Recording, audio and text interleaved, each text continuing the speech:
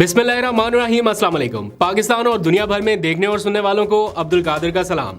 इमरान खान की रिहाई से मुतालिक कानूनी प्रोसेस कब आगे बढ़ेगा, आप में से बहुत सारे लोग सवाल पूछते हैं। तो आज उस हवाले से लेटेस्ट डेवलपमेंट है, या यूँ समझ लीजिए कि इमरान खान की रिहाई के लिए जो मुमकिन काउंटडाउन है वो आज से शुरू हो गया। इस्लामाबाद हाई कोर्ट से कुछ खबरें आई हैं, बैक टू बैक जल्दी से आपको बता देता हूं, क्योंकि फिर बहुत सारी पॉलिटिकल हैपनिंग्स हैं, उनको कवर करने के लिए भी भागना है। आपको पता है कि इस वक्त क्या हो रहा है पूरे मुल्क में। कराची में सिंध असम्बली, लाहौर में पंजाब असम्बली और इस्लामाबाद में कौमी असम्बली में काफ़ी ज़्यादा गहमा गहमी है। कहीं पर स्पीकर, डिप्टी स्पीकर का चुनाव हो रहा है, कहीं पे ओथ टेकिंग हो रही है, कहीं पे रजिस्ट्रेशन का अमल जारी है।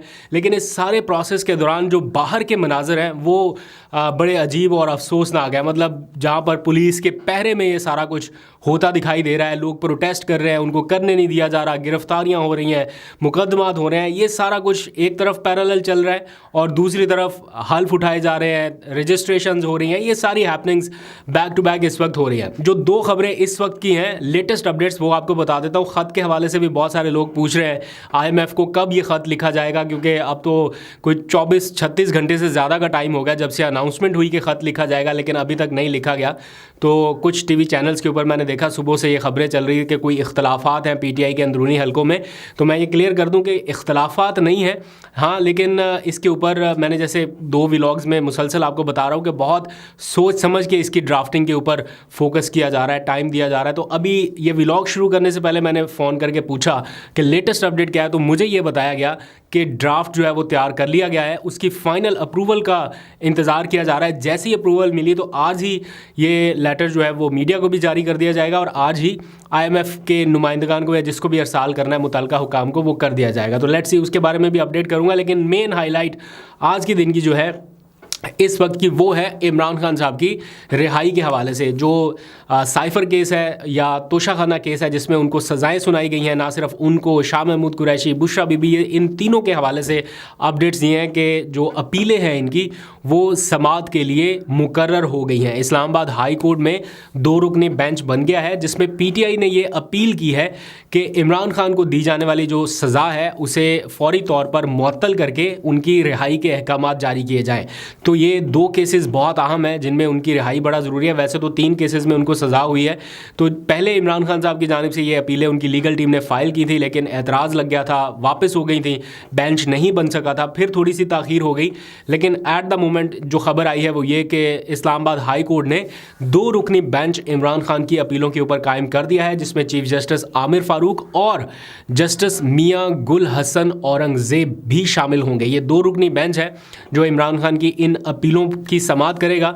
जो लोग इन सारे कानूनी प्रोसेस से वाकिफ़ हैं या आगाह हैं वो ये बताते हैं कि अमूमन या आम तौर पर जो प्रैक्टिस रहती है इस तरह के केसेस में वो वही होती है जो तोशाखाना केस में अप्लाई हुई थी। यानी जैसे ही ये अपील सुनी गई तो सज़ा फौरी तौर पर मुअत्तल हो गई। मरकज़ी अपील का फ़ैसला बाद में होता रहेगा जब तक केस चलता रहेगा, लेकिन सज़ा मुअत्तल होने के साथ ही रिहाई जो है वो फौरी तौर पर उसका हुक्म हो जाता है।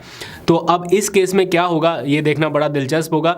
2 रुकनी बेंच बन तो गया है, अब मेरा ख्याल है इसमें पहली हियरिंग के ऊपर शायद नोटिस जारी होंगे और फिर 1 आध हफ्ते की तारीख पड़ेगी या 2 हफ्ते की शायद दूसरी तारीख पड़ सकती है और फिर इसमें कोई फ़ैसला आ सकता है, क्योंकि इसमें कोई बहुत लंबे चौड़े आर्गूमेंट्स नहीं चाहिए होते हैं, वो मरकज़ी अपील सुनने के लिए चाहिए होते हैं। जो सिर्फ फ़ैसले की मुअत्तली की दरख्वास्त होती है वो फौरी तौर पर हो जाता है। अब देखते हैं कि इसमें क्या होता है। इसके साथ साथ शाह महमूद कुरैशी की जो साइफ़र केस की अपील है वो भी समाअत के लिए मुकर्रर हो गई है, वो भी पीर के रोज़ होने जा रही है। बुशरा बीबी की तोशाखाना अपील जो है वो भी मुकर्रर कर दी गई है। तो पीर का दिन जो है वो खासा अहम होगा इस हवाले से। फौरी तौर पे यानी पहली ही अपील के ऊपर तो ऑर्डर शायद कोई ना आए, नोटिस जारी होंगे मुतलका हुकाम को, मुतलका फ़रीक़ैन को, उसके बाद।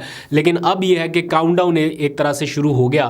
फैसल वाडा का मैं कहीं पे स्टेटमेंट पढ़ रहा था, मैंने सुना तो नहीं है उनका स्टेटमेंट, लेकिन कहीं पे पढ़ा कि वो ये बताते हैं कि जिस तरह नवाज शरीफ के केसेस बहुत जल्दी ख़त्म हुए, उसी तरह वो इमरान खान साहब की रिहाई भी देख रहे हैं बहुत जल्द।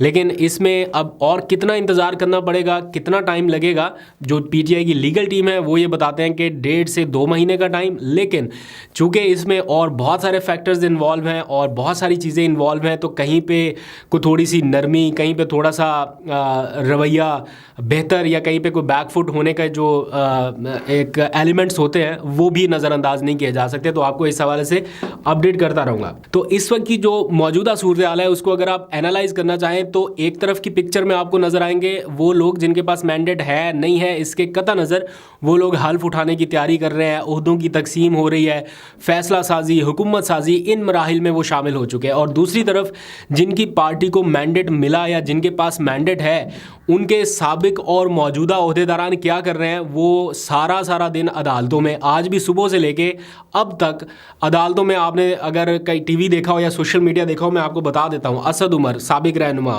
फैसल जावेद मौजूदा रहनुमा, शहजाद वसीम मौजूदा रहनुमा, अली अवान साबिक रहनुमा, शेख रशीद इत्तेहादी, ये सारे लोग बेचारे अदालतों में अपनी अपनी पेशियाँ भुगत रहे हैं, अपने अपने केसेस में ज़मानत की दरख्वास्त कोई दायर कर रहा है, कोई बरियत की दरख्वास्त दायर कर रहा है। उनको हुकूमत साजी के पूरे अमल से इस तरह अलग रखा गया कि वो अपने केसेस में ही फंस के रह गए।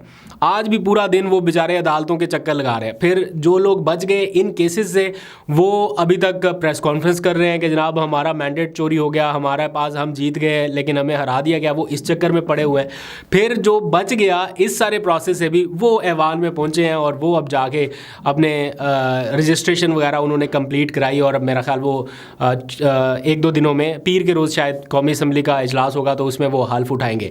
और पीटीआई के लिए या पीटीआई के कारकुनान के लिए इस टाइम हुकूमत साजी से भी ज़्यादा इम्पॉर्टेंट या इंतखाबात जीतने से भी ज़्यादा इम्पॉर्टेंट उनके लिए इमरान खान की रिहाई है। एट द मोमेंट वो चाहते हैं कि इमरान खान एक बार रिहा हों, फिर बाकी चीज़ें बाद में देखी जाएंगी, ये हुकूमत बननी है नहीं चलनी है कैसे, ये सारा प्रोसेस जो है इस टाइम पीटीआई वर्कर्स की जो तरजीह है, उन्होंने वोट भी जो डाला पीटीआई के लोगों को या पीटीआई के मेंबरान को, वो शायद इस नीयत से नहीं डाला कि ये कोई हुकूमत बना लेंगे और कोई पता नहीं क्या कर लेंगे, वो इस नीयत से ही डाला गया कि इमरान खान को किसी तरह से बाहर निकाला जाए या ये वोट जो है इमरान खान को बाहर निकालने का सबब बनेगा। तो इस किस्म का एनवायरनमेंट है।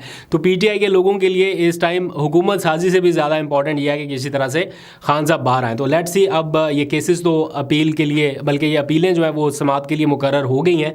अब हाई कोर्ट से भी अगर रिलीफ नहीं मिलता, जो कि मिलना चाहिए, अमूमन आम तौर पे केसेस में ऐसा ही होता है, यही प्रैक्टिस है, लेकिन अगर पीटीआई को यहां से भी रिलीफ नहीं मिला इस्लामाबाद हाई कोर्ट से तो देन फिर सुप्रीम कोर्ट की तरफ जाया जाएगा, फिर सुप्रीम कोर्ट, फिर नज़रसानी, अभी कुछ स्टेप्स बाकी हैं। तो ये कानूनी बैटल इसी तरह से जारी रहेगी। इसी सारी सूरत हाल के दौरान एक अपडेट यह है कि पाकिस्तान मुस्लिम लीग नवाज़ इस वक्त कौमी असम्बली में भी लीडिंग पार्टी बन गई है या बना दी गई है, यूँ समझ लीजिए, क्योंकि उनको मखसूस नशिस्तें अलॉट कर दी गई हैं। दूसरी तरफ PTI/सुन्नी इत्तेहाद कौंसिल अभी तक उन्हीं नशिस्तों के ऊपर स्टैंड कर रही है जो उन्होंने जीती हुई हैं, उनको कोई अभी तक मखसूस नशिस्त नहीं दी गई। इलेक्शन कमीशन का इजलास ज़रूर हुआ इस मामले पर गौर व खोज के लिए, लेकिन गुफ्तन नशिस्तन बर्खास्तन वो क्या कहते हैं, और इजलास ख़त्म हो गया, फ़ैसला नहीं हो सका। तो इलेक्शन कमीशन का इस रीसेंट पास्ट टाइम में या इस रीसेंट ट्रैक रिकॉर्ड को देखते हुए कोई एक फ़ैसला मेरे माइंड में नहीं आ रहा जो उन्होंने PTI की फेवर में दिया हो या PTI के हक़ में गया हो उनका फ़ैसला। तो इसलिए मुझे ऐसा लगता है कि अब ये भी नैरेटिव बन सकता है कि PTI ऐवान में अक्सरियती जमात नहीं है, वो मुस्लिम लीग नून है, क्योंकि उनके पास मखसूस नशिस्तें भी ऐड हो गई, 108 का नंबर उनके पास चला गया। तो इसलिए PTI को अगर सिंगल लार्जेस्ट पार्टी के तौर पे नहीं दिखाना मकसूद या उनको सेकंड लार्जेस्ट पार्टी रखना है तो फिर शायद उनको मखसूस नशिस्तें ना मिलें। तो बहरहाल इसके ऊपर भी लीगल फाइट बैक रहेगी, देखते हैं क्या होता है, वो भी आपको अपडेट करूँगा। तो फिलहाल ये ताज़ा तरीन खबरें थी। अब कुछ इंपॉर्टेंट मीटिंग्स हैं और कुछ इंपॉर्टेंट पॉलिटिकल हैपनिंग्स हैं, मैं उनको कवर करने के लिए भागता हूँ ताकि वापस आके आपको भी अपडेट करूँ। अगर IMF का ख़त आ गया इस दौरान तो वो भी आपको अपडेट कर दूंगा। अपना बहुत सा ख्याल रखिए। अल्लाह हाफ़िज़।